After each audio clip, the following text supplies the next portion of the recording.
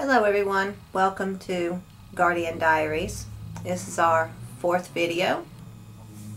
Thank you for the response and all the follows on Twitter. We've gotten 190 in one day. Thank you very much.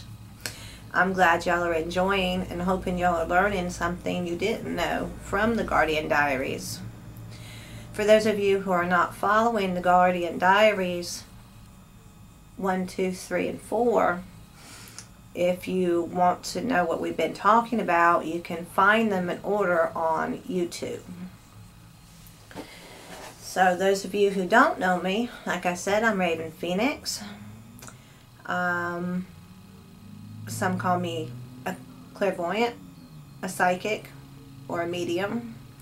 I don't like any of those words. I'm just simply a messenger. I have abilities that most people do not. I see past events in people's lives. I go to crime scenes and see who's done the crimes. I get messages from guardians, angels if you want to call them that. And my diaries are about the wisdom and answering questions that people are sending in for Julia, my guardian. I've been asked questions about myself, such as, how was I when I communicated with my first spirit? I was 6 years old. And I've been asked, why do I teach people how to combat the darkness forces of this world?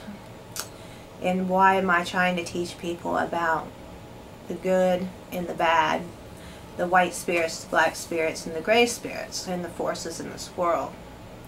And mind you, again, for the new people who don't know, we are not talking about race or skin color. We are talking about the spirit within the human body, in different planes they come from, and why bad things happen to good people. That was in number 2. Getting back to the question of why am I so schooled in the effects dark spirits have on good spirits, the white spirits. I have first-hand knowledge. It affected my life for many years. I believe if you've never experienced something, and then you can't tell somebody how to handle a situation if you've never been there. I myself am born of a black spirit. My mother was very evil in many forms. She wasn't just a mean person. She was an evil person.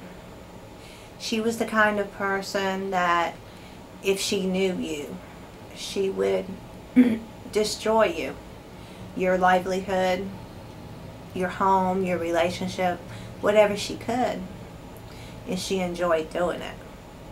She would befriend people and get their trust, find out the dirt on them, and then use it against them once she could not use them anymore.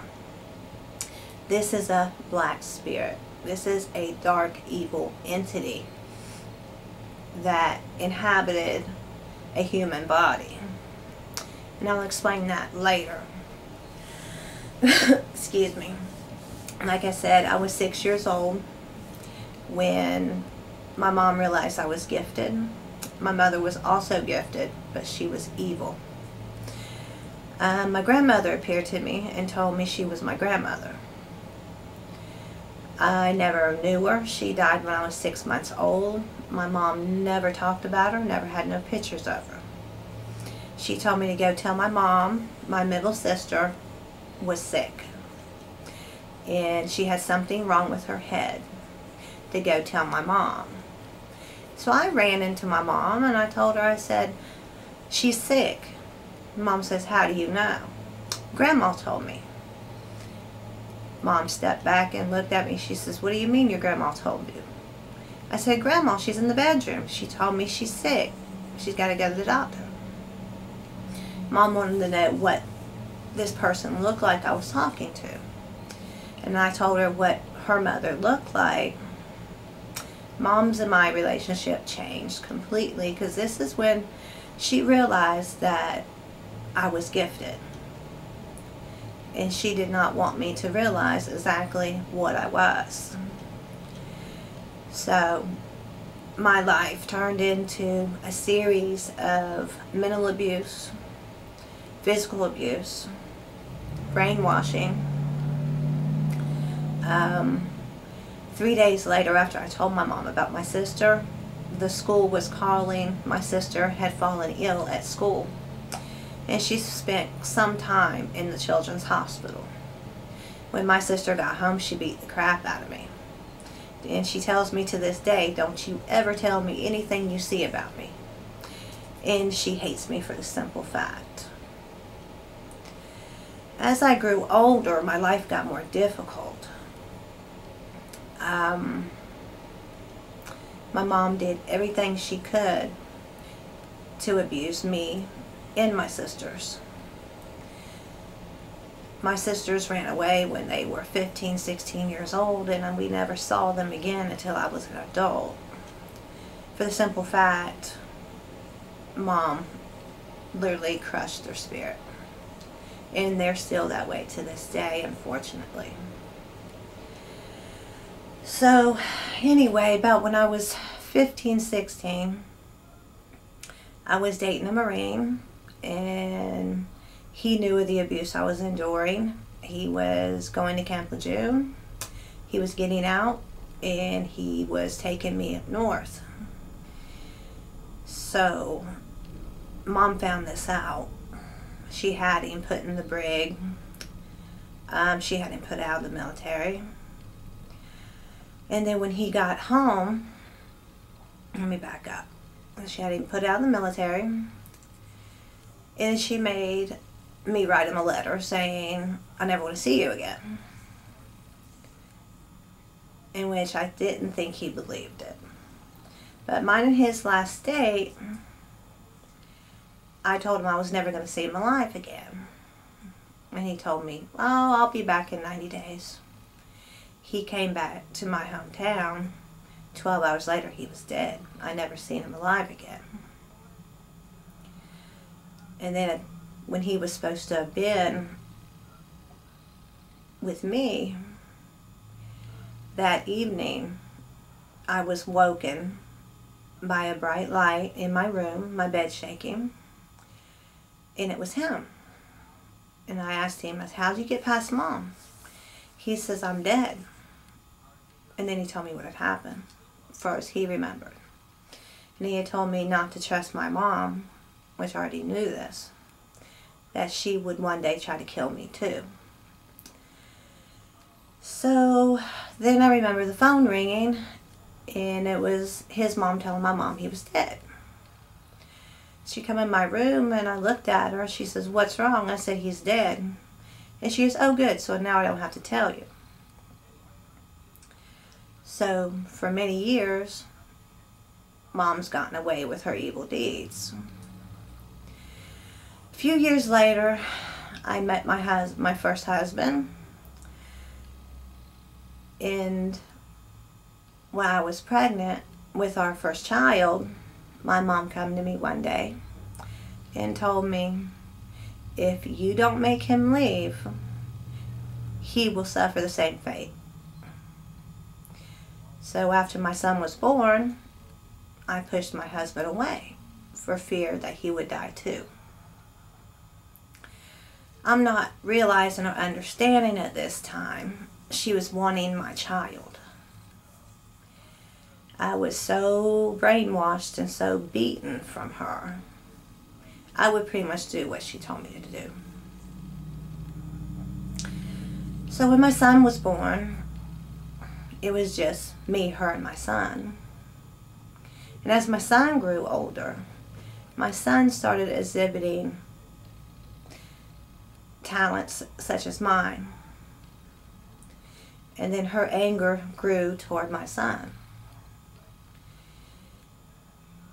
As I watched the same thing she did to me, now she was doing it to my child. I would come home from work and find marks on him, and I knew I had to do something. I had to protect my child.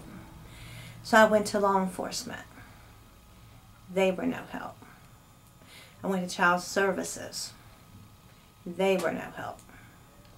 I went to the courts. I put restraining orders on her. They were no help. This is why I believe that evil is truly protected here on this level, because evil reigns so loosely and there's hardly no punishment for it. After a few years of trying to keep her away from my son, 12 injunctions, moving town to town, she would always find us. And I realized she always found us because we had a link. She knew where I was, and she would find me. And she would be good for a little while, and then she'd get nuts again.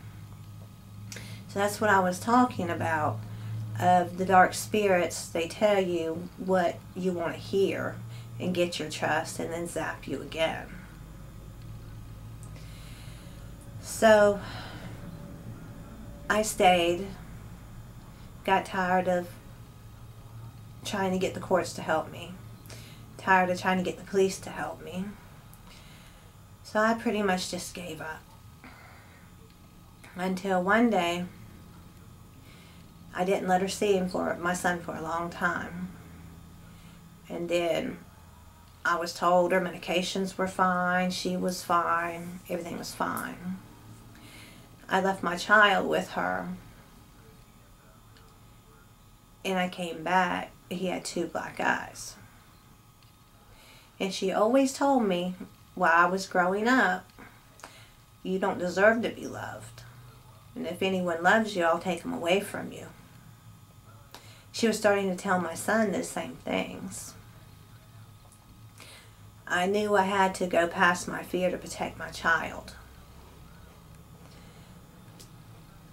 So the day I walked out of there, I didn't know I was never going to see her again for 15 years. I took my child, no money, just a car, just clothes on our back, and left. In the meantime, while I was preparing to leave, I get a phone call. My mother has tried to have me killed. My mother went to a drug dealer, told him I was a narc, told him I was telling on him. He put the word out he was going to kill me. When that didn't work, my mother and my friend from high school and his aunt, my friend from high school, we won't say any names, but if he's watching this, you'll know exactly who it is. Everybody will. Him, me, my mom, and his aunt were all friends. She had a bar downtown. She called his wife and told him, told the wife that he was cheating on her. So the wife come down to the bar where we all were. He pulls up with another woman on his Harley. So therefore, his aunt must have told him I did it. And I didn't. So he went to his friends and tried to have me killed, trying to get even with me. But at the same time, he knew my mom wanted my son, so he was going to help her out too. But that kind of backfired because, for the simple fact, his friends were my friends years before. And those certain friends knew when I was younger, I worked with the police department, knew I was going to be a police officer. They knew I was gifted, and they knew I helped people. So that backfired in his face, and nobody would do anything to harm me. So then they went to a what they call an independent biker, which is a biker that has no allegiance to any club, for you, those of you that don't know who it is. They don't know what they told him, but he put a hit on me. And he had a massive heart attack and died about a month afterwards. And then I find out that another person she went to try to have me killed, they also had a heart attack and died. In the midst of me going through all this trauma, all this chaos, I was sitting in a park with my son, not knowing what to do or where to go. That's when I heard my guardian for the first time. And I looked around to see if anybody was out around me because I could hear so clearly. And then I realized what it was. She talked to me for 3 hours, telling me what was going to happen. And she had told me that she was sending me help. When this help comes, accept it. Well, at the time, I was dating a guy for 3 or 4 days. Didn't really know him. He found out what I was going through. I was standing in my mom's house on the phone with this person, and he told me, get in the car and come to my house. So I did. I had no idea I would never see my mother for 15 years. He took me to another state a couple days later, got me and my son an apartment. We stayed there for many years until one day my father calls, leaving a message on my answer machine. She's found you. Get out of the house. She's found you. I always kept bags packed in my closet for me and my son for this day. And I looked at my son, and my son looked at me. He says, here we go again. I said, nope, not this time. I called the police. They listened to the answer machine. I gave them all the court documents I had. Next thing I know, they called 8 more cops to my house. And they told me they were taking me and my son to a safe house to protect me from her. So they grabbed me and my son and put us somewhere. I wasn't even allowed to know where we were. I didn't. In a house with a whole bunch of other women and children. And the house was heavily guarded by police officers 24 hours a day.